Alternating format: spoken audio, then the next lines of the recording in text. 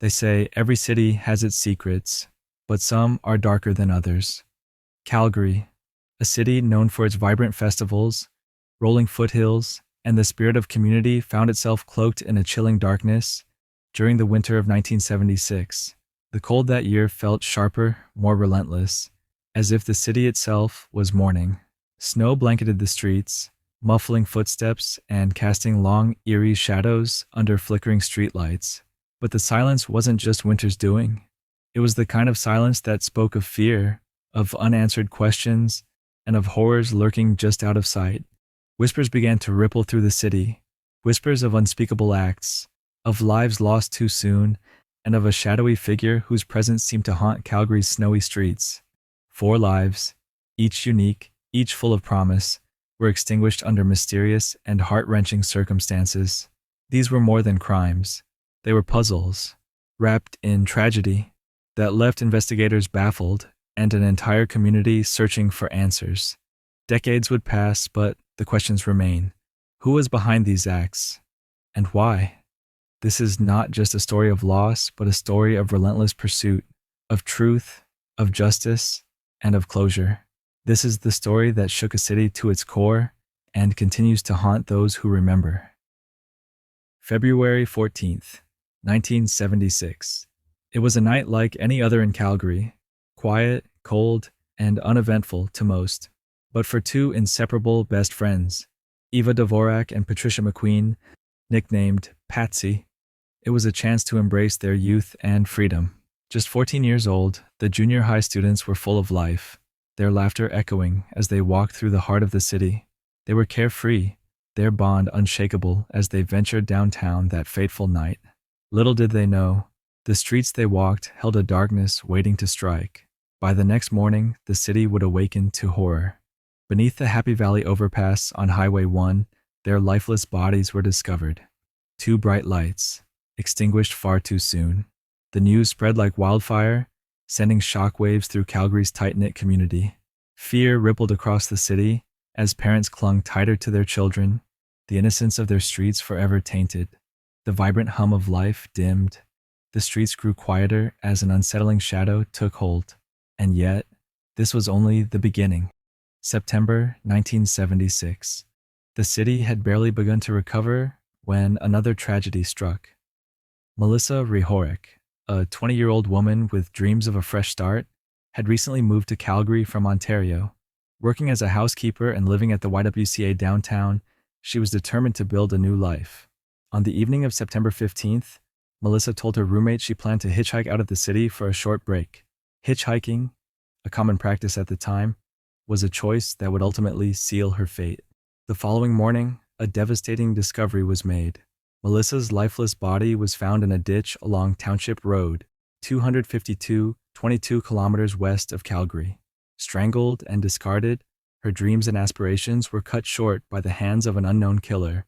For her family and friends, the loss was unbearable, and questions about her final moments haunted investigators. But even as they searched for answers, the killer walked free. February 1977. As winter gripped the city once more, another life was taken.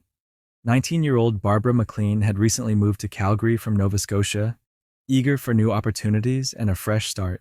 She worked at a local bank and enjoyed spending her evenings with friends, exploring the city that had become her new home.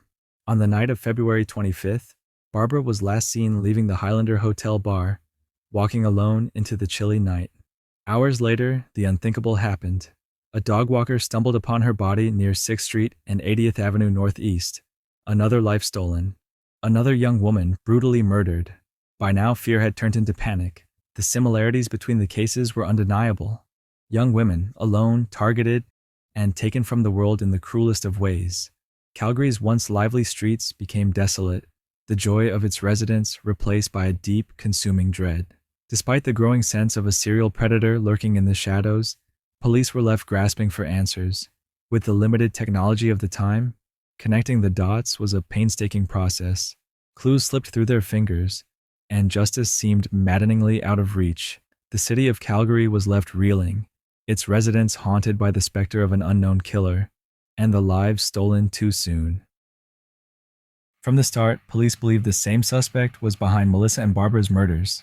Yet, the technology to identify the perpetrator simply didn't exist.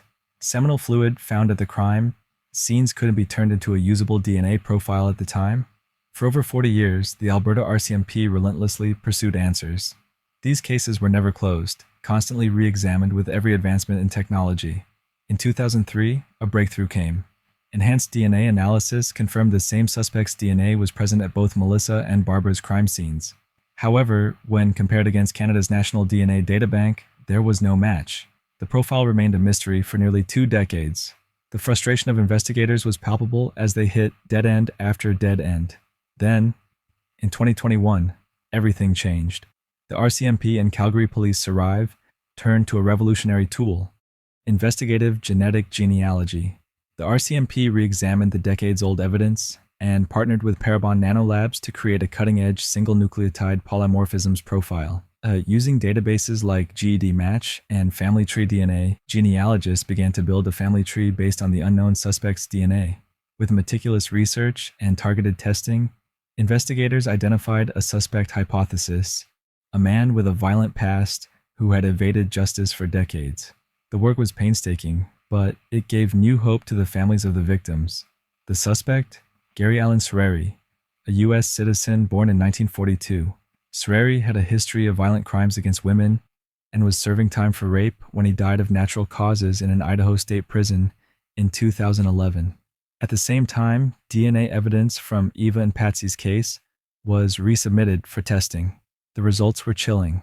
The same DNA profile from Melissa and Barbara's cases was found on Eva and Patsy as well. The RCMP had their answer. The same man was responsible for all 4 murders. Decades after their tragic deaths, the puzzle pieces finally fit together. Families who had waited for justice for so long finally had a sense of closure, even if the suspect had evaded justice in life. Lars Sereri was born in Oak Park, Illinois, in 1942 and moved to California with his family in the mid-1950s. He had no steady employment and lived a transient lifestyle, taking on odd jobs as a cook and a salesman, according to information released by Mounties. He had an extensive criminal record, including multiple violent offenses. Sereri lived illegally in Canada at the time of the murders, calling Calgary home from 1975 to 1979. He fled the United States in 1974 after posting bail on a rape in California. Once in Canada, he blended into society, hiding in plain sight. Sereri was also charged with a sex crime in New Westminster, BC, in 1999 and sent back to the U.S. after serving a 5-year sentence. He used a number of aliases during his time in Canada, identifying himself using alternative spellings of his real name. His transient lifestyle and ability to evade law enforcement for so long highlight the challenges investigators faced in tracking him down. His story is one of evasion and exploitation of legal loopholes, but ultimately, DNA technology caught up with him, albeit posthumously. The murders of Eva, Patsy, Melissa, and Barbara left an indelible mark on Calgary.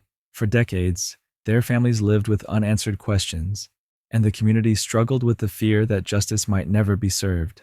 These cases also underscored the limitations of investigative tools in the 1970s, and the critical role advancements in DNA technology played in solving cold cases.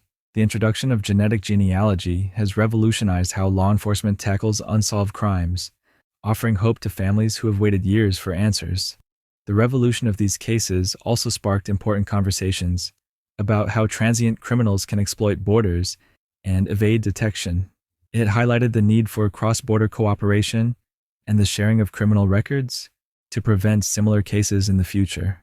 While the families of the victims can never get their loved ones back, the identification of Sereri as the perpetrator provides a measure of closure and a reminder that justice, though delayed, is not out of reach. Some questions remain unanswered, lingering like ghosts in the corridors of time. What motivated Sereri to commit these heinous acts? Could he have been stopped sooner? These questions may never be fully answered, but in the pursuit of truth, even the darkest shadows can't hide forever. The city remembers, the families remember, and justice is never truly silent. The advancements in forensic science and the persistence of investigators ensure that the stories of Eva, Patsy, Melissa, and Barbara will not be forgotten. Their legacy lives on as a testament to the resilience of those who fight for justice and the enduring power of truth.